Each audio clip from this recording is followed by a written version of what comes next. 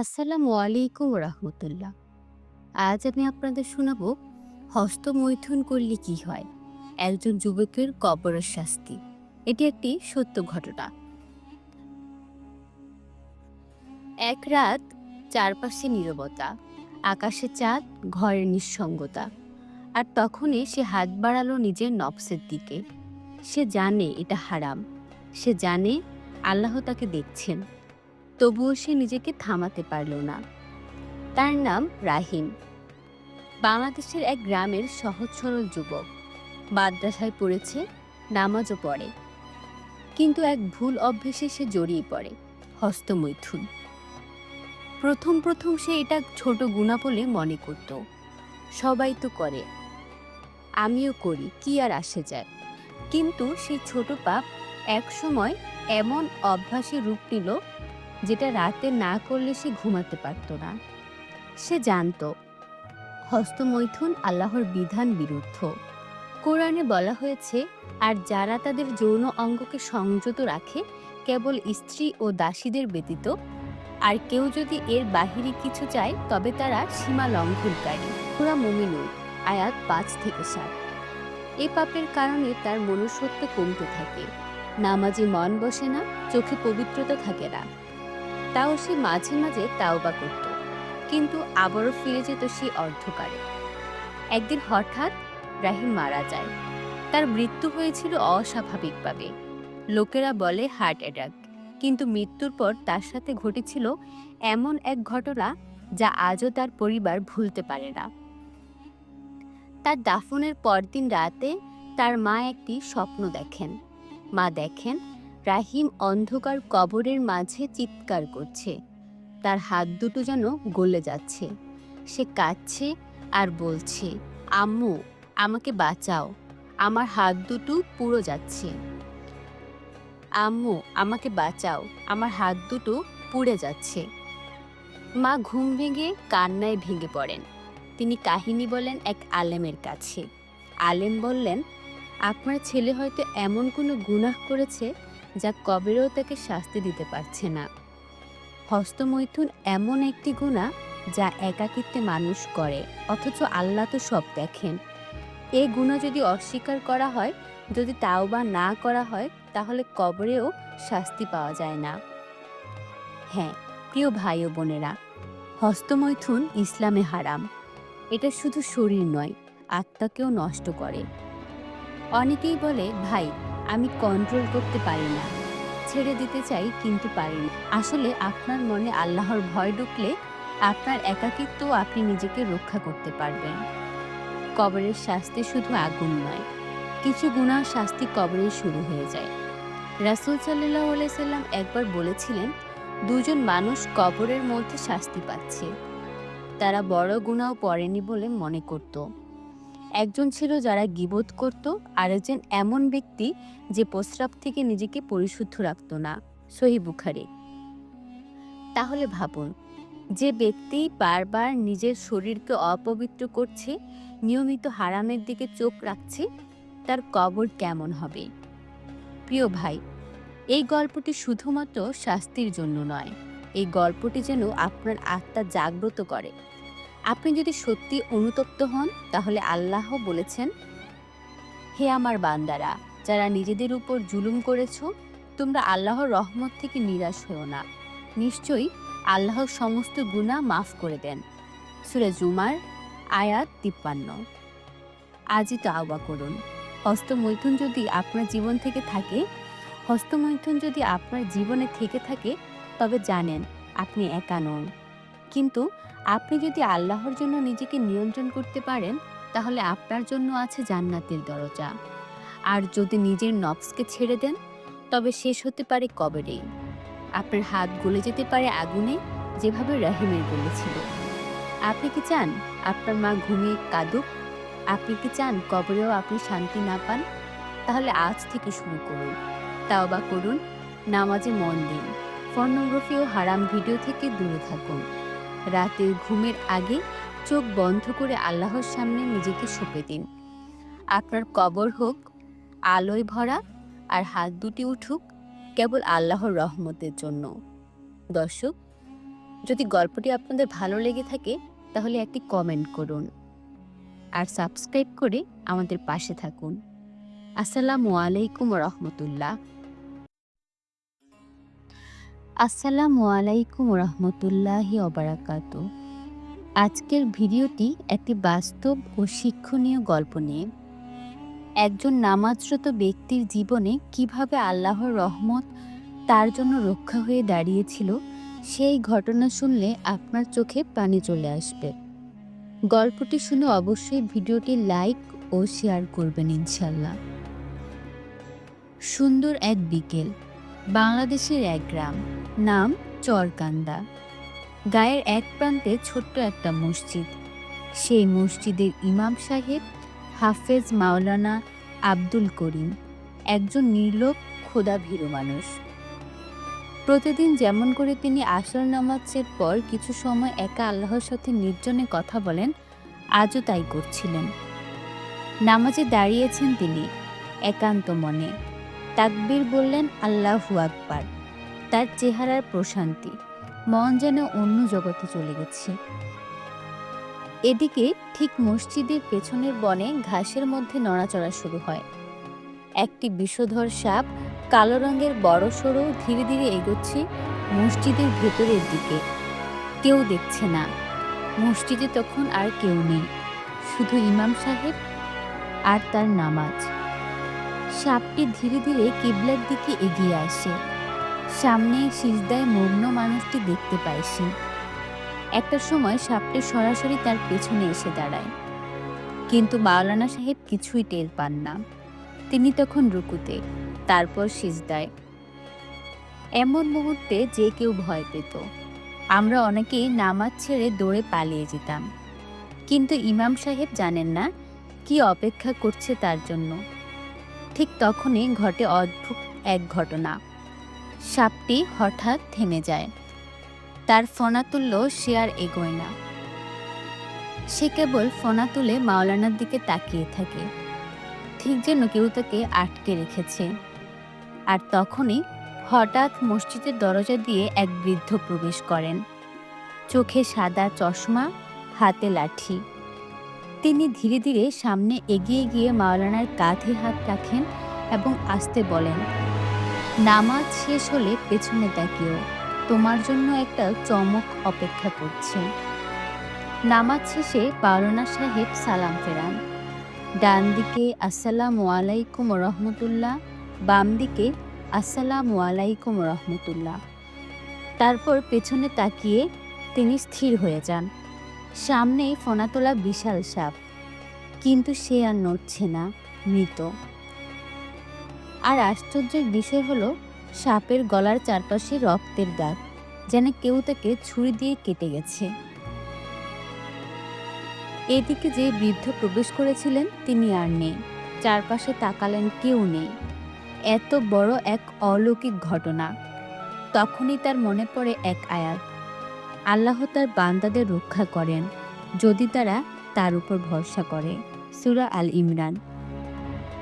তিনি বললেন, আলহামদুলিল্লাহ, আল্লাহ আমাকে হেফাজত করেছেন।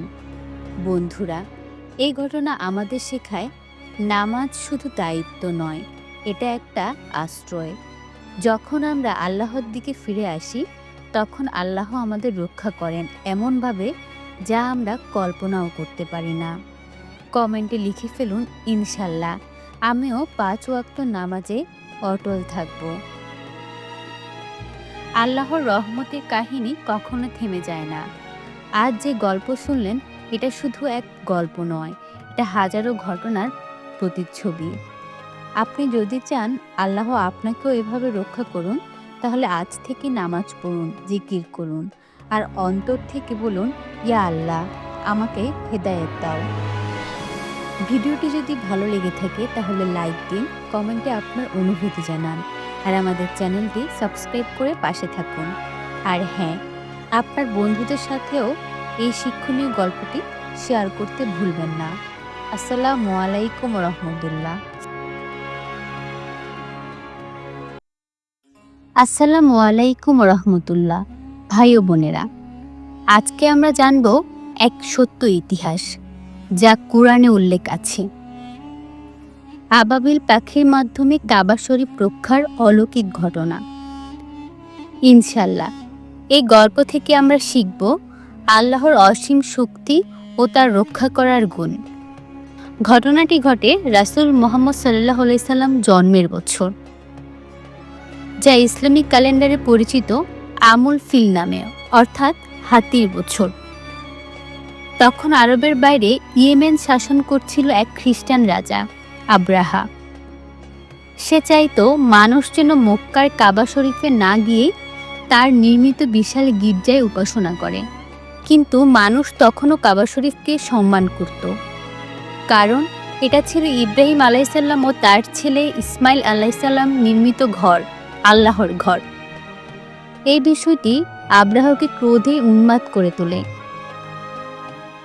আব্রাহা বিশাল বাহিনী প্রস্তুত করে, সঙ্গে নেয় কয়েকটি বিশাল হাতি, যার মধ্যে সবচেয়ে বড়টির নাম ছিল মাহমুদ। তার উদ্দেশ্য ছিল একটাই, কাবা ধ্বংস করে দেওয়া। তারা মক্কার দিকে রওনা দেয়। মক্কার মানুষ ভয় পেয়ে যায়। তখন কুরাইশদের নেতা ছিলেন আব্দুল মুত্তালিব, রাসূল সাল্লাল্লাহু আলাইহি সাল্লামের দাদা। তিনি আব্রাহার সঙ্গে সাক্ষাৎ করে বলেন, আমি আমার উট ফিরে চাই, কাবা আল্লাহর ঘর। তিনি নিজেই তার ঘর রক্ষা করবেন। এ কথার গভীরতা আজও আমাদের জন্য শিক্ষণীয়। যখন আব্রাহার বাহিনী কাবার খুব কাছাকাছি পৌঁছায়, ঠিক তখনই ঘটে এক অলৌকিক ঘটনা। আল্লাহ আকাশ থেকে পাঠালেন ছোট ছোট পাখির দল, যাদের আমরা বলি আবাবিল পাখি। প্রতিটি পাখির ঠোঁট ও পায়ে ছিল ছোট ছোট গরম পাথর। তারা সেই পাথর ছুঁড়ে মারতে শুরু করলো আব্রাহার সৈন্য ও হাতির দিকে। এক একটি পাথর ছিল আল্লাহর পক্ষ থেকে নির্ধারিত। যার উপর পড়ত সে সঙ্গে সঙ্গে ছিন্ন ভিন্ন হয়ে যেত। পুরো বাহিনী ধ্বংস হয়ে যায়, আর কাবা আল্লাহ নিজ হাতে রক্ষা করেন। এই ঘটনা কোনো নবীর সময় নয়, বরং রাসূল সাল্লাল্লাহু আলাইহি সাল্লামের জন্মের ঠিক পূর্ব মুহূর্তে ঘটেছিল। এই কারণে সেই বছরটিকে ডাকা হয় আমুল ফিল বা হাতির বছর। বন্ধুরা, আপনি কি অলৌকিক ইতিহাস আগে জানতেন? কমেন্টে লিখে জানান আলহামদুলিল্লাহ জানতাম, অথবা নতুন জানলাম, ইনশাল্লাহ আরও জানব। ভাই ও বোনেরা, ভিডিওটি যদি আপনার ভালো লেগে থাকে একটি লাইক দিন, সুন্দর একটি কমেন্ট করুন, আর আমার চ্যানেলটি সাবস্ক্রাইব করতে ভুলবেন না। ইনশাল্লাহ সামনে আরও বাস্তব ইসলামিক ইতিহাস নিয়ে আসব। আসসালামু আলাইকুম রহমতুল্লাহ। আসসালামু আলাইকুম রহমতুল্লাহি ওয়াবারাকাতুহু। আজকের এই গল্পটি এক হজযাত্রীর, এক মুমিন বান্দার, যার ঈমান, ধৈর্য আর আল্লাহর প্রতি ভরসা আমাদের হৃদয়ে ছুঁয়ে যাবে ইনশাল্লাহ। লোকটি হজের নিয়তে রওনা হয়। চোখে ছিল অশ্রু, হৃদয়ে ছিল ভালোবাসা, প্রভুর ঘরে যাওয়ার তীব্র আকাঙ্ক্ষা। সব প্রস্তুতি সম্পূর্ণ, শুধু বিমানে ওঠার অপেক্ষা। কিন্তু হঠাৎ ঘটে বিপত্তি। পাসপোর্টে একটি জটিলতা ধরা পড়ে, আর নিরাপত্তা বাহিনী তাকে থামিয়ে দেয়। বাকি হজযাত্রীরা বিমানে উঠে যায়, আর বিমান উড়াল দেয় তাকে ছাড়াই। লোকটি বিমানের আকাশে মিলিয়ে যাওয়া দৃশ্য দেখে কেঁদে ফেলেন। আশেপাশে নিরাপত্তা কর্মীরা তাকে সান্ত্বনা দিয়ে বলেন, মন খারাপ করো না ভাই, আল্লাহ হয়তো এবারের হজ তোমার জন্য কবুল করেননি। কিন্তু লোকটির মুখে তখনও ছিল অটল বিশ্বাস। তিনি চোখ মুছে বলেন, আমি হজের নিয়তে এসেছি। আমি বিশ্বাস করি বিমান আবার ফিরে আসবে আমাকে নিতে। আল্লাহর কুদরত। ঠিক তখনই খবর আসে বিমানে যান্ত্রিক ত্রুটি দেখা দিয়েছে, আর তাই বিমান ফিরে আসছে বিমানবন্দরে। সকলেই অবাক, কিন্তু এখানেই শেষ নয়। বিমান ত্রুটি মেরামত করে আবার উড়াল দেয়, এই মানুষটিকে নিয়ে নয়। আবার ফিরে যান্ত্রিক সমস্যায়, দ্বিতীয়বারও তাকে নেওয়া হয় না। তৃতীয়বার আকাশে ঝড় ওঠে। বিমান আবারও ফিরে আসে, জরুরি অবতরণ করেন। এবার বিমানের ক্যাপ্টেন নিজেই এগিয়ে এসে বলেন, আল্লাহর কসম, আমি আর এই বিমান ওড়াবো না যতক্ষণ না আপনি প্লেনে ওঠেন। সবাই থমকে যায়, কারণ তখন তারা বুঝতে পারে এই মানুষটি হজে যাওয়া যেন আল্লাহর পক্ষ থেকে নির্ধারিত ছিল। অবশেষে সমস্ত জটিলতা শেষ হয়। তিনি প্লেনে ওঠেন আর উড়াল দেন সৌদি আরবের উদ্দেশ্যে, তার প্রভুর ঘর কাবা ঘরের দিকে। আল্লাহু আকবার। যে হজ বন্ধের মুখে ছিল তা হয় আল্লাহর ইচ্ছায় সম্পূর্ণ আরও দৃঢ়ভাবে। এই গল্প আমাদের শেখায়, যদি নিয়ত সৎ হয়, বিশ্বাস অটুট হয় আর আল্লাহর উপর ভরসা রাখা যায়, তবে দুনিয়ার কোনো কিছুই তোমাকে থামাতে পারবে না। আল্লাহই হচ্ছে সবচেয়ে উত্তম রিজিকদাতা, উত্তম পরিকল্পনাকারী। ভিডিওটি যদি আপনার ভালো লাগে তাহলে লাইক দিন, শেয়ার করুন, আর ইসলামিক আরও গল্প পেতে আমাদের চ্যানেলটি সাবস্ক্রাইব করুন। আসসালামু আলাইকুম রহমতুল্লাহ। আসসালামু আলাইকুম রহমতুল্লাহ। প্রিয় ভাই ও বোনেরা, আশা করি আপনারা সবাই আল্লাহর রহমতে ভালো আছেন। আজ আমি আপনাদের শোনাবো একটি সত্য ঘটনা, যেটা প্রিয় নবী হজরত মুহাম্মদ সাল্লাল্লাহু আলাইহি সাল্লাম স্বয়ং আমাদের জানিয়েছেন। এই ঘটনা প্রমাণ করে আল্লাহর দয়া কত বিশাল এবং একটি ছোট আমলও কিভাবে জান্নাতের দরজা খুলে দিতে পারে। এই গল্পটি এক নারীকে নিয়ে, যিনি তার জীবনে অনেক গুনাহ করেছিলেন। তিনি ছিলেন একজন পতিতা, সমাজের চোখে নীচ, পাপী, ঘৃণিত।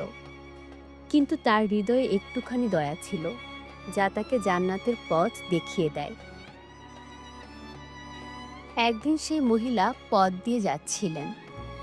রোদে পুড়ে মরুভূমি যেন আগুন হয়ে আছে। হঠাৎ তিনি একটি কুকুরকে দেখতে পেলেন, যেটি অতিরিক্ত পিপাসায় মাটি চাটছে, জিভ বের হয়ে হাঁপাচ্ছে। কুকুরটি এতটাই দুর্বল হয়ে গিয়েছিল যে দাঁড়িয়ে থাকার শক্তিও ছিল না। মহিলার মনে হলো, এই প্রাণী তো কত কষ্ট পাচ্ছে, আল্লাহর একটি মাখলুক, কিন্তু আশেপাশে পানি নেই, হাতে কিছু নেই, নিজের পায়ের জুতা ছাড়া। তিনি কুয়ায় নেমে গেলেন, নিজের জুতা দিয়ে পানি তুলে আনলেন, তারপর সেই জুতার মধ্যে কুকুরটিকে পানি খাওয়ালেন। এই একটি মাত্র কাজ, শুধুমাত্র একটি পশুর প্রতি দয়া দেখানো। আল্লাহ তাআলা এতটাই খুশি হলেন যে তার সব গুনাহ মাফ করে দিলেন এবং তাকে জান্নাত দান করলেন। প্রিয় ভাই ও বোনেরা, একজন পতিতা যদি একটি কুকুরকে পানি খাইয়ে জান্নাত পেতে পারে, তাহলে আমরা আমাদের আমলগুলো কোথায়? নিচে কমেন্টে লিখে ফেলুন, ইনশাল্লাহ আমি আল্লাহর সব সৃষ্টির প্রতি দয়া দেখাবো। আর বলুন, আলহামদুলিল্লাহ, এমন এক দয়াময় আল্লাহর বান্দা হতে চাই। এটা আমাদের জন্য একটি বড় শিক্ষা। পশুর প্রতি দয়া, মানুষের প্রতি দয়া, এমনকি একটি ছোট কাজও যদি আল্লাহ কবুল করেন, তবে সেই কাজ জান্নাতের চাবি হতে পারে। আমরা কারো ঈমান, আমল বা অতীত দেখে তাকে বিচার করতে পারি না। আল্লাহ জানেন কার অন্তরে কি আছে। তাই প্রতিটি দিনকে ভালো কাজে ভরিয়ে দিন, সাধ্য অনুযায়ী সাহায্য করুন, দয়া দেখান, কারণ আপনি জানেন না কোনটি আপনার জন্য জান্নাতের দরজা খুলে দিবে। আশা করি আজকের এই ছোট্ট কিন্তু গভীর গল্পটি আপনার অন্তরে দাগ কেটেছে। জীবনের প্রতিটি কাজে যেন দয়া, সহানুভূতি ও আল্লাহর ভয় থাকে, এই দোয়া করি আপনাদের। আসসালামু আলাইকুম রহমতুল্লাহ। আসসালামু আলাইকুম রহমতুল্লাহ। আজকে আমি আপনাদের শোনাবো একটি ছোট কিন্তু গভীর অর্থবোধক ইসলামিক গল্প। এক গরিব লোক ও একটি রুটি। অনেক বছর আগে এক গ্রামে বাস করতেন এক গরিব লোক। তিনি ছিলেন খুব সৎ ও আল্লাহভীরু। দিনে দিনমজুরি করে যা পেতেন তা দিয়েই সংসার চালাতেন। একদিন তিনি কোনো কাজ পাননি, সারাদিন না খেয়ে থাকলেন। ঘরে ফিরে দেখলেন স্ত্রী বলছে, আজ কিছু খাবার আনতে পারোনি? তিনি লজ্জায় মাথা নিচু করে থাকলেন। তখন তার স্ত্রী বললেন, আমি একটু আটা আর পানি দিয়ে একটা রুটি বানিয়েছি, তুমি খেয়ে নাও। তিনি বললেন, তুমি খাবা না? স্ত্রী বললেন, না, আমি রোজা রেখেছি। গরিব লোকটা খুব খুশি হয়ে সেই একটি মাত্র রুটি নিয়ে বাহিরে বের হলেন, খাওয়ার জন্য নয়, বরং খুঁজতে লাগলেন এমন কাউকে যে তার থেকেও বেশি ক্ষুধার্ত। অনেক খোঁজার পর এক বৃদ্ধ ভিখারির কাছে গিয়ে রুটি দিয়ে বললেন, এই রুটিটা নিন, আমি আজ আল্লাহর সন্তুষ্টির জন্য এটাকে দান করলাম। সেই রাতে তিনি স্বপ্ন দেখলেন, তিনি কিয়ামতের ময়দানে দাঁড়িয়ে আছেন। তার আমলের পাল্লা খুব হালকা, প্রায় জাহান্নামে যাবেন। ঠিক তখনই একটি রুটি এসে তার আমলের পাল্লায় পড়ে। হঠাৎই তার ভালো কাজের পাল্লা ভারী হয়ে গেল, আর তিনি জান্নাতে প্রবেশ করলেন। তিনি বিস্ময়ে জিজ্ঞেস করলেন, হে আল্লাহ তাআলা, এই একটি রুটি দিয়ে আমি জান্নাত পেলাম? আল্লাহ বলে, তুমি নিজে ক্ষুধার্ত ছিলে, তবুও আমার জন্য দান করেছিলে।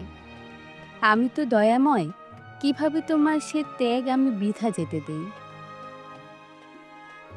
এই গল্প আমাদের শেখায়, আল্লাহর রাস্তায় কিছু ছোট দানও হতে পারে আমাদের জান্নাতের কারণ। তাই আসুন, আমরা প্রতিদিন অন্তত একটি ভালো কাজ করি আল্লাহ তাআলার সন্তুষ্টির জন্য। ভিডিওটি যদি আপনার ভালো লাগে তাহলে লাইক দিন, শেয়ার করুন, আর ইসলামিক আরও গল্প পেতে আমাদের চ্যানেলটি সাবস্ক্রাইব করুন। আসসালামু আলাইকুম রহমতুল্লাহ। আসসালামু আলাইকুম রহমতুল্লাহ। প্রিয় ভাই ও বোনেরা, আশা করি আল্লাহর রহমতে সবাই ভালো আছেন।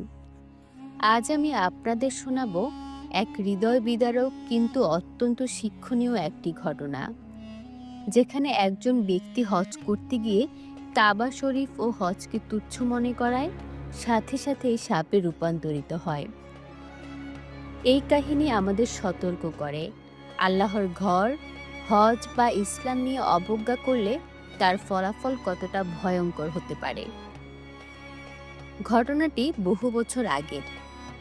বাংলাদেশের এক ধনী ব্যবসায়ী হজ করতে যান মক্কা শরীফে।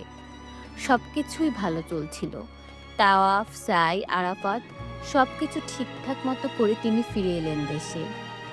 বাড়ি ফিরে এলাকার লোকজন জিজ্ঞেস করলো, ভাইজান, কেমন লাগলো হজে? মক্কা শরীফ তো দেখলেন, অনুভূতি কেমন? লোকটি হাসতে হাসতে বলল, আর বলো না ভাই, কি এমন দেখলাম? শুধু পাথর আর বালির দেশ। এই জায়গায় হজ করতে গিয়ে লাভ কি? এমনিতেই খরচ, কষ্ট, ভিড় কিছুই ভালো লাগেনি। তার এই কথাগুলো উচ্চারণ করা মাত্রই হঠাৎ সে কাঁপতে শুরু করলো। তার চোখ বড় বড় হয়ে গেল, মুখ থেকে শ্বাস প্রশ্বাস বন্ধ হয়ে গেল। লোকজন চারপাশে ভিড় জমানো। কেউ কিছু বুঝে ওঠার আগেই তার শরীর বাঁকতে শুরু করলো, হাড়গুলো যেন মুচড়ে গেল।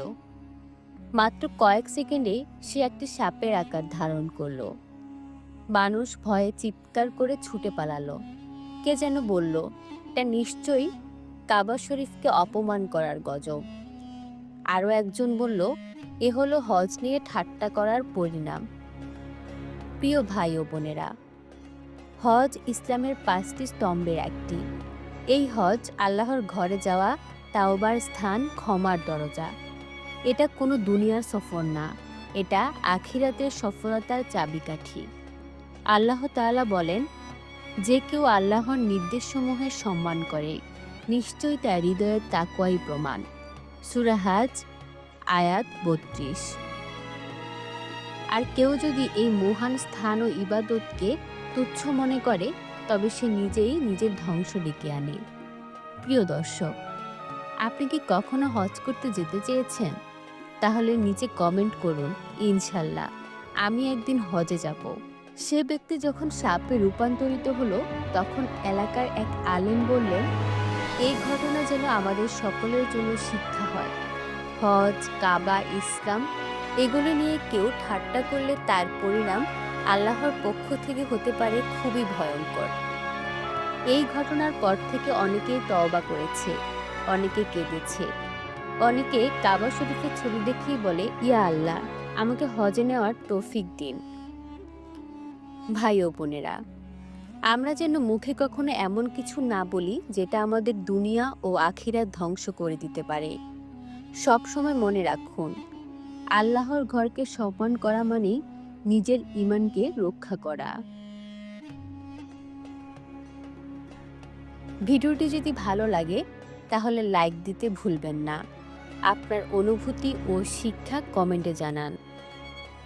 আর এমন ইসলামিক শিক্ষণীয় কন্টেন্ট পেতে চ্যানেলটি সাবস্ক্রাইব করে ফেলুন। ইনশাল্লাহ আবার দেখা হবে নতুন গল্পে।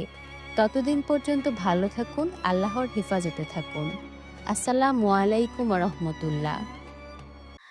আসসালামু আলাইকুম রহমতুল্লাহি ওয়া বারাকাতুহু।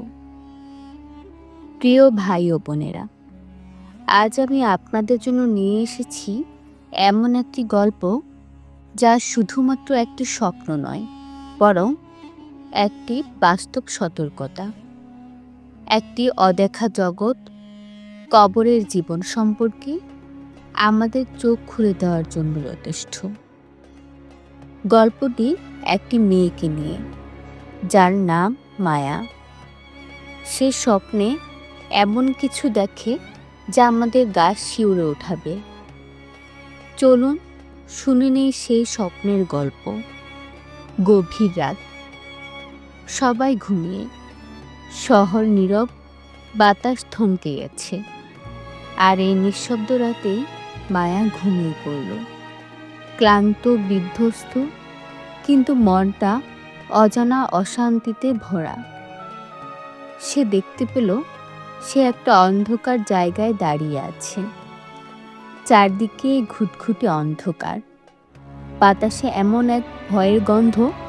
ধীরে ধীরে চারপাশ পরিষ্কার হতে লাগলো, আর সে বুঝতে পারল সে একটি কবরের মধ্যে আছে। হঠাৎ দূর থেকে একটা সাপ আসতে শুরু করলো। লম্বা, কালো, বিষাক্ত এক সাপ। তার চোখ জ্বলছে লাল আগুনের মতো। মায়া চিৎকার করতে চায়, কিন্তু কোনো আওয়াজ বের হচ্ছে না। সাপটি ধীরে ধীরে মায়ার দিকে এগিয়ে আসে। মায়ার শরীর যেন জমে যায় ভয়ে। হঠাৎ সাপটি থেমে যায় মায়ার মুখের সামনে, আর তারপর আস্তে আস্তে তার ঠোঁটের ফাঁক দিয়ে ভিতরে ঢুকে যেতে থাকে। মুখ, গলা, বুক, মনে হচ্ছিল সব কিছু পুড়ে যাচ্ছে। মায়া চিৎকার করছে, কেউ শুনছে না তার কথা। শরীরের ভিতর কষ্ট, মনে হচ্ছে দুনিয়ার সব বিষ সে এখন গিলছে। তখনই এক ভয়ঙ্কর কণ্ঠ ভেসে আসে, এই তো তোমার দুনিয়ার পাপের ফল। মায়া হঠাৎ ঘুম ভেঙে যায়। সে ঘেমে গেছে, চোখে ভীতিতে উন্মাদ। সে তখনই নামাজের জায়গায় চলে যায়। কান্নায় ভেঙে পড়ে সে সেজদায় বলে, হে আল্লাহ, আমাকে মাফ করে দাও, আমি আর গুনাহ করব না। আলহামদুলিল্লাহ, এই ভয়ঙ্কর স্বপ্ন তার জীবনের মোড় ঘুরিয়ে দিল। ভাই ও বোনেরা, এটা কি শুধুই একটা স্বপ্ন, নাকি আল্লাহর পক্ষ থেকে হিদায়াত? কবর হচ্ছে এমন এক জায়গা যে কেউ চাইলে পালাতে পারে না। আমাদের দুনিয়ার আমলই ঠিক করবে কবর হবে শান্তির জায়গা নাকি আযাবের গর্ত। ইনশাল্লাহ যদি আল্লাহকে ভয় করি, নামাজ আদায় করি, হারাম থেকে দূরে থাকি, তাহলে আল্লাহ আমাদের কবরকে জান্নাতের বাগানে পরিণত করবেন। প্রিয় দর্শক, যদি আপনি চান আল্লাহ আপনাকে কবরের আযাব থেকে রক্ষা করুন, তাহলে নিচে কমেন্টে লিখুন আলহামদুলিল্লাহ। এবং কেউ যদি এই ভিডিও দেখে নিজেকে বদলে নিতে পারেন, তাহলে আপনি সেই সওয়াবের অংশীদার হবেন ইনশাআল্লাহ। যদি গল্পটি আপনার হৃদয়ে দাগ কাটে, তাহলে অনুগ্রহ করে এই ভিডিওটি লাইক করুন, কমেন্ট করুন এবং আপনার বন্ধুদের সাথে শেয়ার করুন। এবং অবশ্যই আমাদের চ্যানেলটি সাবস্ক্রাইব করতে ভুলবেন না, যেন এমন আরও হৃদয় ছোঁয়া যাওয়া গল্প আপনাদের কাছে পৌঁছায়। আসসালামু আলাইকুম রহমতুল্লাহ। আসসালামু আলাইকুম প্রিয় ভাই ও বোনেরা, আশা করি আপনারা সবাই ভালো ও সুস্থ আছেন। আজ আমি আপনাদের শোনাব একটি ভয়ঙ্কর কিন্তু শিক্ষণীয় বাস্তবধর্মী ইসলামিক গল্প। একটি মেয়ে কিভাবে কুকুর হয়ে গেল। এই গল্পটি শুনলে আপনার অন্তর কেঁপে উঠবে। অনেক বছর আগে এক ধনী ও সুন্দরী মেয়ে ছিল। তার নাম ছিল নাজলা। আল্লাহ তাআলা তাকে সৌন্দর্য, ধন সম্পদ ও দুনিয়ার অনেক নিয়ামত দিয়েছিলেন, কিন্তু দুর্ভাগ্যজনকভাবে সে আল্লাহর কোনো নিয়ামতের জন্য আলহামদুলিল্লাহ বলেনি, বরং অহংকারে অন্ধ হয়ে সে সবার সাথে খারাপ ব্যবহার করত। নামাজ পড়ত না, পর্দা করত না, বরং ইসলামী শিক্ষা ও আদবকে তুচ্ছ ভাবত। একদিন এক দরিদ্র মহিলা তার দরজায় এসে এক টুকরো রুটি চাইল। নাজলা রেগে গিয়ে বলল, তুই একটা ভিখারি, তুই তো কুকুরের চেয়েও নীচ। এই কথা বলে সে দরজা বন্ধ করে দিল এবং মুচকি হেসে ভিতরে চলে গেল। কিন্তু সে জানত না, সেই গরিব মহিলা ছিল আল্লাহর এক প্রিয় বান্দা। চোখের পানি ফেলতে ফেলতে সে আকাশের দিকে তাকিয়ে বলল, হে আল্লাহ, তুমি তো সবকিছু দেখতে পাও, আমি তোমার উপর ভরসা রাখি, তুমিই বিচার করো। সেই রাতে নাজলা ঘুমাচ্ছিল। স্বপ্নে দেখতে পেল একটি কালো কুকুর তার দিকে এগিয়ে আসছে। কুকুরটি বলছে, তুমি মানুষ না, তুমি এক নিষ্ঠুর আত্মা, তুমি কুকুরের চেয়েও অধম। ঘুম ভেঙে যায় তার। সে উঠে বসে, চিৎকার করতে চায়, কিন্তু মুখ দিয়ে শব্দ আসে না। ঘেউ ঘেউ শুধু কুকুরের শব্দ। ভয়ে আয়নার সামনে গিয়ে দেখে তার মুখমণ্ডল বিকৃত হয়ে গেছে। সে এখন কুকুরের মতো দেখতে, গলার আওয়াজও কুকুরের মতো। সকাল হতে এই খবর চারদিকে ছড়িয়ে পড়ে। লোকজন দেখতে আসে সেই রূপবতী মেয়েটিকে, যে আজ আর মানুষ নেই, বরং কুকুরের মতো আচরণ করছে।